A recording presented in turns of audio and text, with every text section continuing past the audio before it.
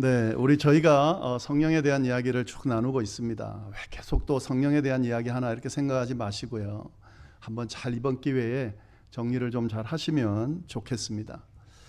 이 성령에 대해 이해할 때에 여러분들이 꼭 기억해야 될 내용이 있습니다. 다 언급할 수는 없지만 우리 지난번에 이야기했던 이 성령 임재와 성령 충만에 대해서는 꼭 잘 이해를 하셔야 됩니다. 이 성령 임재라는 말 이해를 잘 하셔야겠죠. 말 그대로 성령이 임하는 것을 말하는 거죠. 근데 그냥 임하는 것이 아니라 어떻게 임한다고요? 각 사람에게 임한다. 이게 굉장히 중요합니다, 여러분. 성령이 각 사람에게 임한다.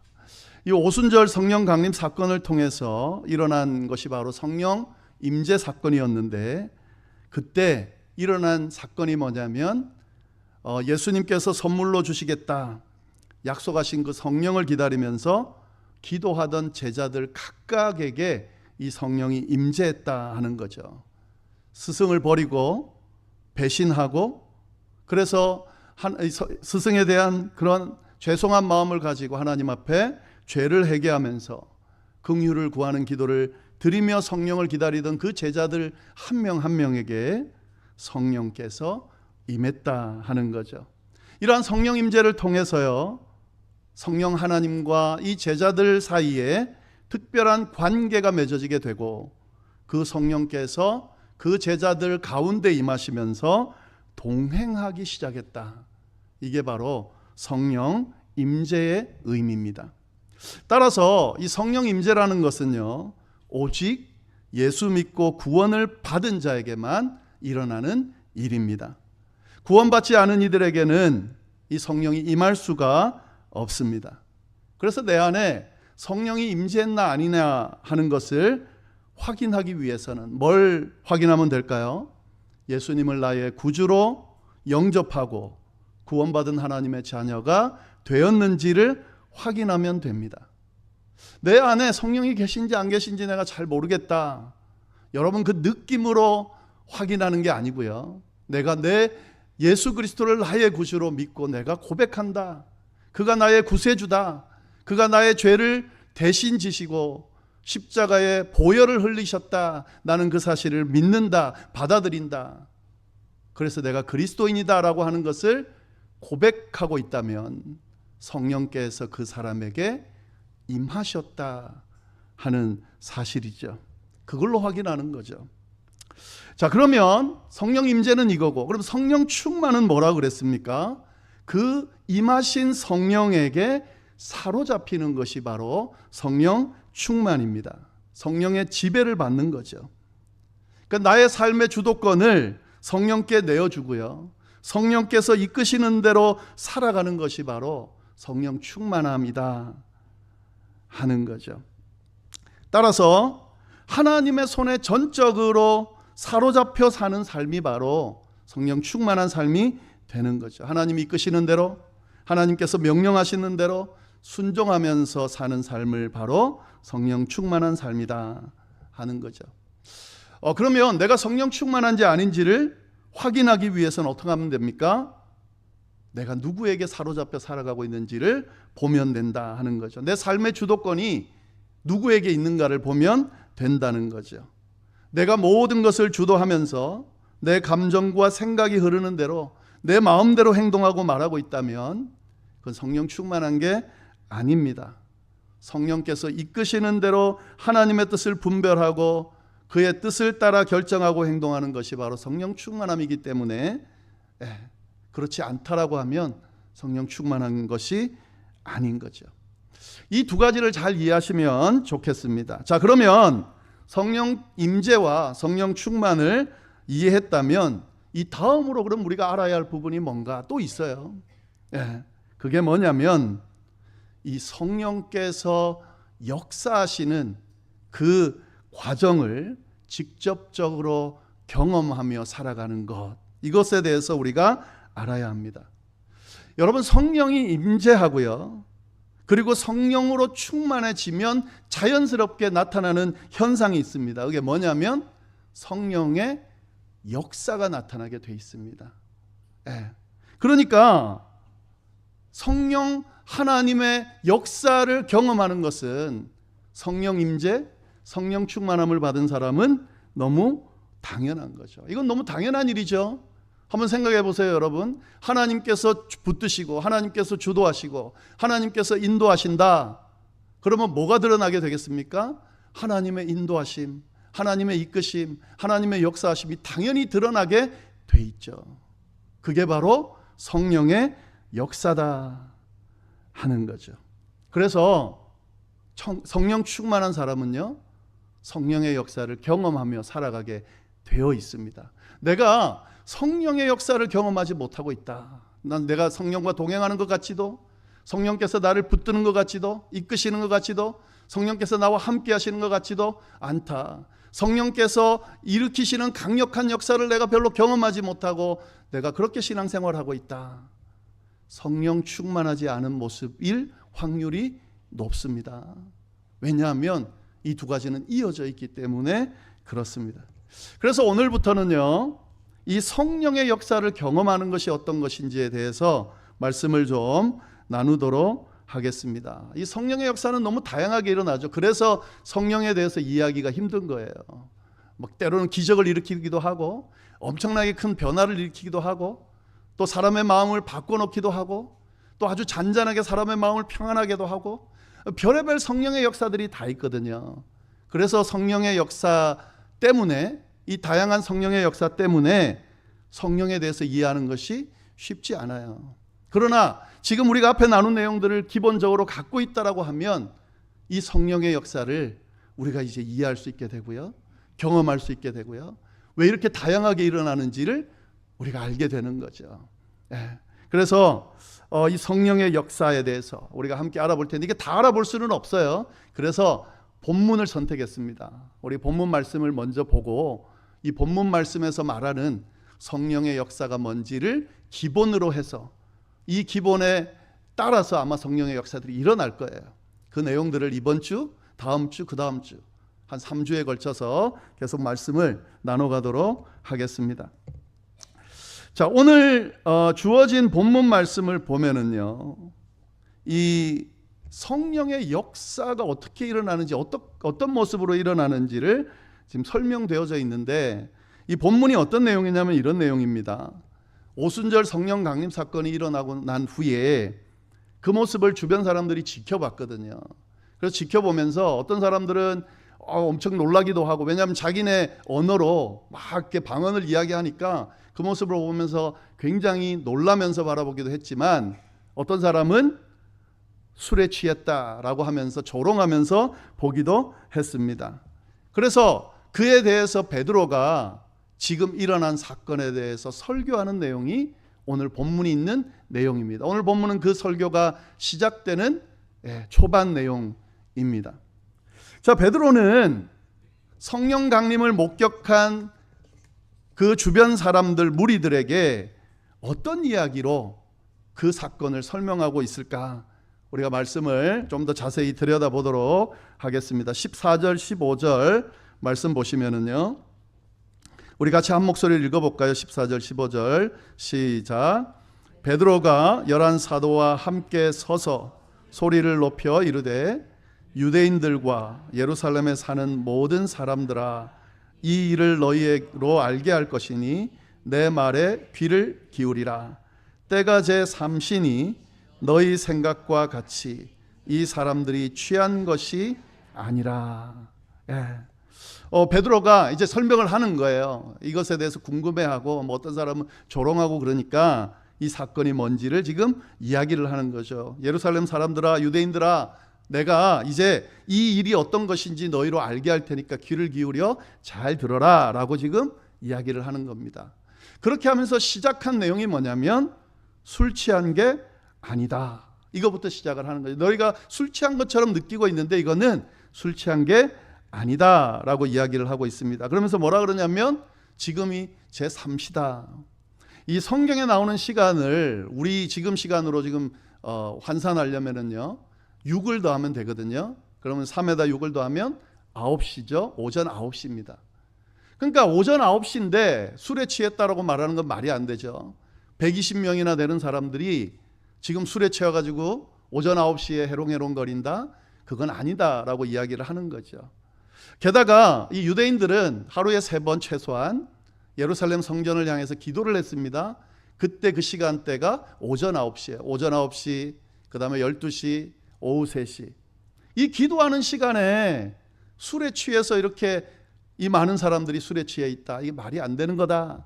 취한 것이 아니다 라고 이야기하면서 그럼 이게 뭐냐? 이제 이야기를 이어가고 있는 거죠. 자, 근데 이 이야기를 설명하면서 이 사건을 설명하면서 베드로가 이야기한 내용을 잘 보면 좀 굉장히 독특합니다. 예. 왜 그러냐면요. 구약에 나오는 예언의 말씀을 800년 전에 예언되어졌던 말씀을 갖고 와서 그 말씀을 사람들에게 들려주고 있습니다. 그러면서 뭐라 그러냐면 이 말씀이 이루어진 거다.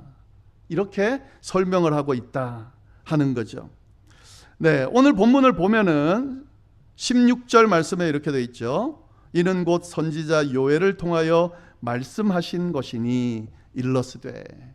너희가 본 이 사건은 너희가 잘 알고 있는 구약의 예언자 요엘이 예언한 내용이 이루어진 거다. 그래서 17절부터 나오는 내용은요, 요엘 2장 28절에서 32절 말씀이 그대로 조금 표현이 다르게 해서 그대로 기록되어 있습니다. 그래서 지금 베드로가 이 성령 강림 사건을 설명하면서 설명하고자 하는 것은 요엘 예언 말씀이라는 거죠. 그래서 우리가 이 요엘의 말씀을 좀 잘 들여다볼 필요가 있습니다. 그러면 성령 임재가 뭘 의미하는지 또 성령의 역사는 어떤 것인지를 알 수 있다 하는 거죠. 자, 이 예언의 말씀을 보면은요, 17절에 뭐라고 시작합니까? 하나님이 말씀하시기를 말세에 내가 내 영을 모든 육체에게 부어줄 거다. 성령이 임할 거다라는 것을 이미 800년 전에 하나님이 예언해 주셨다는 거죠. 근데 여기에 지금 저희가 나눈 내용이 그대로 나오죠. 내 영, 하나님의 영이죠. 성부, 성자, 성령 하나님, 삼일체 하나님 중에 한 분이라는 걸 언급하고 있고요. 모든 육체에 이 성령이 임할 거다. 이 당시 구약 시대는요, 특정한 인물에게 특정한 시대에 특정한 상황에서만 성령이 임했고 그 사건이 끝나면 성령이 떠나갔습니다. 근데 이제는 그게 아니라는 거죠. 그 영이 임해서 모든 육체에 부어질 거다. 모든 사람들, 예수를 구주로 믿는 사람 모든 사람들에게 이 성령이 임할 거다라고 그렇게 이야기를 하고 있고요. 그리고 부어질 거다. 충만하게 임할 거다. 지배를 받을 거다라는 이야기를 지금 하고 있습니다. 이건 이제 우리가 나눴던 이야기니까 이건 넘어가고요. 그러면서 무슨 이야기를 하냐면 이렇게 성령이 임하게 되면 어떤 일이 일어난다. 다시 말하면 성령의 역사가 일어날 거다라는 말을 하고 있습니다. 오늘은 그걸 지금 보려고 하는 거예요. 성령이 임하면 어떤 역사가 일어나는가. 오늘 이 세 가지를 좀 나누려고 합니다. 자, 성령이 임하면 어떤 역사가 일어나는가? 17절에 보면은 가운데 너희의 자녀들은 예언할 것이다. 성령의 역사 첫 번째는 예언을 하게 될 거다 하는 거죠. 성령이 부어지면 예언을 하게 된다라고 하는 거죠. 근데 우리가 여기서 예언이라는 말을 좀 잘 알아야 됩니다. 단순히 그냥 미래를 예측하는 거, 그러니까 미래를 점치는 것, 그걸 예언으로 보면 안 되죠. 그게 성령의 은사 중에 한 부분이긴 하지만요, 지금 여기서 말하는 건 그게 아니에요. 성령이 임하면 젊은이, 너희 자녀들이 예언한다라고 할 때에 그거는 어떤 의미일까요? 이걸 이해하기 위해서요, 이 구약의 예언자들을 이해할 필요가 있습니다. 구약에는 예언자들이 있죠. 어떤 예언자들이 있습니까? 이사야가 있고 예레미야가 있고 뭐 에스겔이 있고 이 예언자들이 있습니다. 이 사람들은 예언하는 사람들이었습니다. 근데 그들이 하는 예언이 뭘까요? 하나님의 말씀을 듣고 전하는 거였죠. 그래서 그들을 뭐라고 부르냐면 선지자다. 하나님의 말씀을 맡은 자다. 이렇게 이야기를 했습니다. 그들이 전하는 예언의 말씀은 분명합니다. 하나님께서 주시는 말씀. 그 말씀을 깨닫고 누구에게? 하나님의 백성들에게 전했다는 거죠. 성령이 임하면 그 자녀들이 예언할 것이다라는 말은 바로 이 예언을 이야기하는 겁니다. 하나님의 말씀을 전하는 선지자의 역할을 하게 된다라고 하는 말씀이 바로 이 말씀입니다.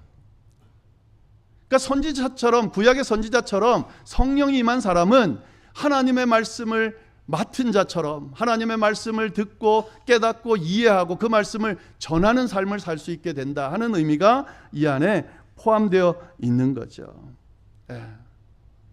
그래서요, 성령에 사로잡힌, 성령 충만한지 아닌지를 확인하기 위해서 가장 먼저 해야 될 일이 있습니다. 하나님의 말씀에 사로잡혀 있느냐를 보면 됩니다. 성령의 역사는 다양하게 일어납니다.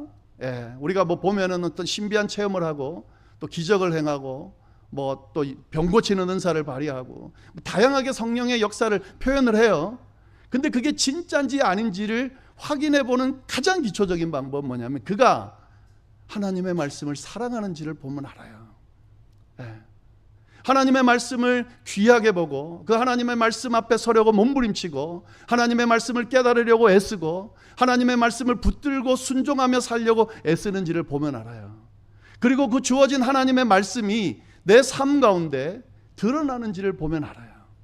그리고 그 말씀을 다른 사람들에게 전하려고 보여주려고 애쓰는지를 보면 압니다. 그런 사람이라면 그는 성령 충만한 사람이 맞고 성령의 역사가 드러나는 사람이 맞다 하는 거죠. 근데 만약 그렇지 않다라고 하면 내가 성령 충만함을 받고 성령의 역사를 드러낸다고 하면서 가만히 말하는 걸 들어보면 자기 생각, 자기 경험, 자기 이야기, 자기 자랑 그런 것들로 가득 차 있다. 여러분 가만히 보시고 의심하셔야 돼요. 성령의 역사는 절대로 그렇지가 않거든요. 그의 입술을 통해 나오는 고백을 보면 알 수가 있어요. 그의 입술 안에 성령 하나님의 인도하심에 따라 하나님의 말씀을 두렵게 생각하고 귀하게 생각하고 그 말씀을 붙들려고 몸부림치는 모습이 있고 그 말씀 안에서 내가 말하고 행동하려고 몸부림치고 있나? 성령의 역사를 드러내는 것이다 하는 거죠. 이런 사람들은 개인의 삶을, 자신의 삶을 하나님의 말씀에다가 비추기 때문에 하나님께서 인도하시는 대로 살아갑니다. 하나님께서 이끄시는 대로 살아갑니다. 하나님께서 하지 말라는 건 하지 않으려고 하고 하나님께서 하라고 하는 것들에 귀 기울이면서 그걸 행하려고 몸부림치는 사람이에요. 이게 바로 성령 충만한 사람이고 성령의 역사를 드러내면서 신앙생활하는 사람이다 하는 거죠. 두 번째로 성령의 역사, 성령 충만할 때 나타나는 두 번째 역사는 뭐냐면 너희의 젊은이들이 환상을 보게 된다 하는 거죠. 자, 여기서 환상은 뭘까요? 또 이 환상을 마치 신비한 어떤 경험, 그런 걸로 이해하면 안 되죠. 여기서 말하는 환상은 비전을 이야기하는 겁니다. 비전을. 그러니까 환상을 본다는 건 뭘 본다는 거냐면 비전을 보는 거예요. 어떤 비전을 말하겠습니까? 하나님께서 주시는 비전을 말하는 겁니다. 그러니까 젊은이들이 성령 충만하게 되면 하나님께서 주시는 비전을 보게 된다 하는 거죠. 하나님께서 보여주시는 것을 보게 된다는 거죠. 하나님께서 인도하시는 그 그림을 보게 된다는 거죠. 하나님께서 펼쳐줄 그 미래를 보게 된다 하는 거죠.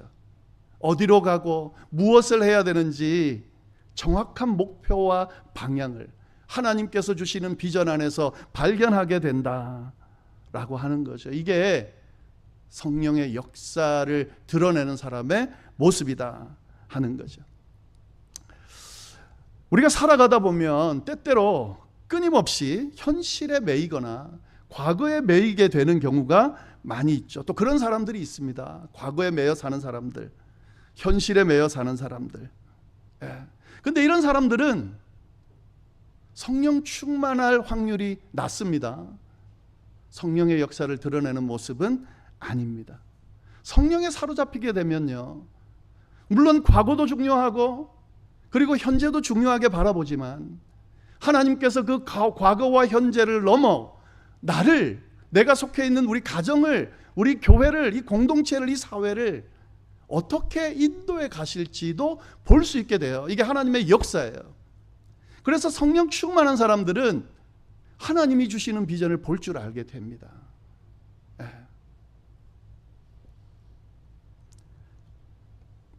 눈앞에 있는 것을 넘어설 줄 아는 사람요, 눈앞에 있는 현실 너머를 볼 줄 아는 사람요, 하나님께서 주시는 그 청사진을 보고 오늘 내가 처한 이 상황에 안주하지 않고 매이지 않고 그걸 넘어서 극복해낼 수 있는 사람들이 바로 성령의 역사를 경험하는 사람들, 환상을 볼 줄 아는 사람들이다 하는 거죠. 내가 성령 충만하다는 것은 이런 역사가 일어난다는 것을 의미하는 겁니다. 이런 역사를 경험하고 싶다면 거꾸로 성령의 지배 당하시면 돼요. 성령 충만하시면 된다 하는 거죠. 자, 그리고 또 성령 충만하면 어떤 역사가 일어나는가? 너희의 늙은이들은 꿈을 꾼다 라고 하는 거죠. 늙은이들이 꿈을 꾼다. 이게 연세 드신 분들이 꿈을 꾼다라고 하는 거죠. 그럼 여기서 말하는 꿈이 뭘까? 이 꿈의 의미를요, 나이 드신 분들과 연결해 놔서 그 의미가 확실하게 드러나요. 우리가 말하는 젊은 사람들이 꾸는, 어린 사람들이 꾸는 그런 꿈은 아닐 거예요. 그죠? 뭐 난 대통령이 될 거야, 난 부자가 될 거야, 난 훌륭한 사람이 될 거야, 난 뭐가 될 거야, 이런 꿈은 아닐 거예요. 분명히 나이 드신 분들이 그런 꿈을 뭐 꾸실 수도 있겠지만 그런 꿈은 아닐 겁니다. 자, 그러면 여기서 말하는 꿈은 뭘까? 새로운 소망을 이야기하는 거예요. 새로운 소망, 하나님이 주시는 새로운 소망. 나이가 들어갈수록 점점점 소망을 어떻게 하게 됩니까? 잃어버리게 돼요. 이제 내가 뭐 기대할 게 있나? 이제 뭐 내가 인생 다 살았는데 무슨 소망이 있을까? 그냥 주어진 거 잘 관리하면서 살면 되지. 근데 여러분, 성령의 역사를 경험하게 되면요, 소망을 갖게 돼요. 특히 나이가 들면 들수록 더 소망을 가지게 된다는 거죠. 소망을 잃어버리는 것이 아니라 도리어 새로운 소망을 가지게 된다 하는 거죠. 물론 세상이 말하는 그런 소망은 아니겠죠. 어떤 소망일까요? 하늘의 소망이다. 하나님이 주시는 소망을 갖게 된다 하는 거죠. 성령의 역사가 뭔가 하늘의 소망을 갖게 되는 겁니다. 내 나이에 관계없이, 내 지금 삶의 모습에 관계없이 하나님께서 주시는 소망을 바라볼 줄 아는 사람, 그 사람이 바로 성령의 역사를 경험하는 사람이다 하는 거죠. 그냥 우리가 보기에는, 이 세상이 보기에는 아무 의미 없는 그런 삶을 살아가는 것처럼 보입니다. 그렇게 마감하는 것처럼 보입니다. 그러나 성령에 사로잡힌 사람은 그렇게 마감하지 않습니다. 소망 없이 그렇게 끝내지 않습니다. 하나님께서 주시는 소망을 가지고 저 먼 천국도 바라보지만 지금 내게 주어진 삶의 여정 가운데, 남아있는 인생 가운데 주시는 그 소망도 바라보게 된다 하는 거죠. 성경에 나오는 믿음의 사람들 중에 나이 드신 분들이 많아요. 근데 그 나이 드신 분들의 말년의 모습을 보면 그 어떤 젊은 사람들보다도 소망을 갖고 그 소망을 드러내면서 하나님이 주시는 그 소망 안에 거하면서 살아가는 것을 볼 수가 있어요. 성령뿐만 아니라 수많은 믿음의 사람들, 믿음의 선배들 가운데서도 성령에 사로잡혀서 성령께서 허락하시는, 하나님께서 주시는 소망을 바라보면서 삶을 멋지게 마감하는 사람들이 많습니다. 나이가 들어가면 갈수록 내 삶의 불씨가 꺼져가는 것처럼 여겨지는데 성령 충만한 사람은 거꾸로 되는 거예요. 삶의 여정이 끝나가면 끝나갈수록 하나님께서 주시는 감당할 수 없는 소망으로 가득 차서 그 소망 안에서 삶을 바라보고, 그 소망 안에서 하나님의 나라를 바라보고, 그 소망 안에서 하나님께서 인도하실 어떤 목적을 바라보면서 살아가는 사람들이 있다는 거죠. 그게 바로 성령 충만한 사람, 성령 안에서 역사하시는 그 역사를 드러내는 사람이다 하는 거죠. 분명히 요엘이 말했죠. 성령 충만하면, 임하면 이런 모습들이 임할 거다라고 분명하게 이야기하고 있습니다. 성령의 역사는 이렇게 주어지는 겁니다. 하나님의 말씀을 붙들게 되고 하나님의 말씀 안에 담겨있는 하나님의 뜻을 분별할 수 있게 됩니다. 성령의 역사를 경험할 때 가능한 일이에요. 또 어떤 게 있습니까? 하나님께서 주시는 하나님의 비전을 보게 됩니다. 내 눈앞에 펼쳐지는 것이 아니에요. 또 어떤 걸 보게 됩니까? 새롭게 주어지는 하늘의 소망을 바라보면서 살아갈 수 있게 된다 하는 거죠. 이게 바로 성령의 역사예요. 여러분이 만약에 신앙생활을 하고 있고 또 성령 임재를 경험한 분이고 그리고 성령 충만하기를 원하는 분이라면 또 성령 충만한 삶을 살아가려고 몸부림치는 사람이라면 이 세 가지 성령의 역사를 경험할 수 있어야 됩니다. 하나님의 뜻을 분별하게 되고요. 그리고 하나님 주시는 비전을 보게 되고요. 그리고 하나님 주시는 소망 안에 거하면서 삶 자체가 하늘 소망으로 가득 찬 삶을 살 수 있게 된다는 거죠. 우리 모두가 이런 성령의 역사를 경험하는 그런 삶을 살아갈 수 있게 되기를 정말 간절히 바랍니다. 누구에게든 주어진다는 말이에요. 자녀, 젊은이, 늙은이, 그리고 이 다음 88절에 보면은 남종이나 여종이나 이렇게 돼 있죠. 그때에 내가 내 영을 내 남종과 여종들에게 부어주리니 그들이 예언할 것이다. 남종이든지 여종이든지 신분에 관계없이 나이에 관계없이 성령 하나님의 사로잡힌 사람은 이런 성령의 역사를 경험하면서 살게 된다. 그렇게 분명하게 이야기해 주고 있습니다. 이 성령의 역사가 이 다음 구절에 또 더 있는데요. 이건 다음 주에 나누겠습니다. 다음 주에 보면은 나눌 내용은 뭐냐면 이런 성령의 역사 말고도 우리가 그렇게 원하고 경험하고 싶어하는 기적과 능력도 성령의 역사로 주어진다는 거죠. 다음 주에 좀 더 구체적으로 이 말씀을 나누도록 하겠습니다. 이 말씀이 그냥 단순히 내 머리만 치고 내 머리만 깨우치는 것으로 끝내지 않고 정말 우리의 삶을 우리의 마음을 좀 동하게 만들었으면 좋겠어요. 그래서 성령 하나님께서 우리와 함께 하심으로 말미암아 주어지는 이 성령의 역사를 정말 우리의 삶 가운데 경험하면서 드러내면서 예수 믿는다는 것이 이런 거구나, 성령 하나님과 동행한다는 것이 이런 거구나 고백할 수 있게 되기를 간절히 바랍니다. 기도하겠습니다. 하나님 아버지, 참으로 감사합니다. 귀한 말씀을 통해서 또 우리를 깨우쳐 주시고 우리가 들어야 될 말씀, 깨달아야 될 말씀을 또 들려주심에 감사를 드립니다. 성령 임재, 성령 충만, 이걸 넘어서서 성령의 역사를 경험하는 단계까지 우리의 신앙 여정이 그렇게 채워질 수 있도록 주여 인도하여 주옵소서. 주님을 믿고 섬긴다는 것이, 주님을 모시고 동행한다는 것이 이렇게 하나님께서 역사하시는 그 모든 것들을 경험하는 것이라는 사실을 우리가 기억하면서 우리에게 이런 간절함이, 이런 경험들이 주어지기를 바라는 마음이 생기게 하시고 또 하나님께서 주시는 그 은혜와 역사들을 직접 경험하며 살아가는 우리의 삶이 될 수 있도록 주여 인도하여 주옵소서. 혹시 이 자리에 정말 내게 성령의 그 역사가 필요하다라고 생각되어지는 분이 있다면 내게 주어진 일들, 내가 감당해야 될 일들, 해결해야 될 문제들, 넘어서야 될 산들, 이 모든 것들 앞에서 무기력한 모습을 보면서 이 모든 것들을 이길 수 있는 성령의 능력이, 역사가 필요하다라는 마음이 드는 사람이 있다면 주여 확실하게 붙들어 주셔서 성령의 지배를 당하게 하시고 성령의 인도하심에 따라 이 역사를 직접 경험하고 하나님의 살아계심을 결국 고백하는 역사가 일어날 수 있도록 주여 인도하여 주옵소서. 그렇게 해주시리라 믿고 이 모든 말씀을 우리를 구원하신 예수님의 이름으로 기도드립니다. 아멘.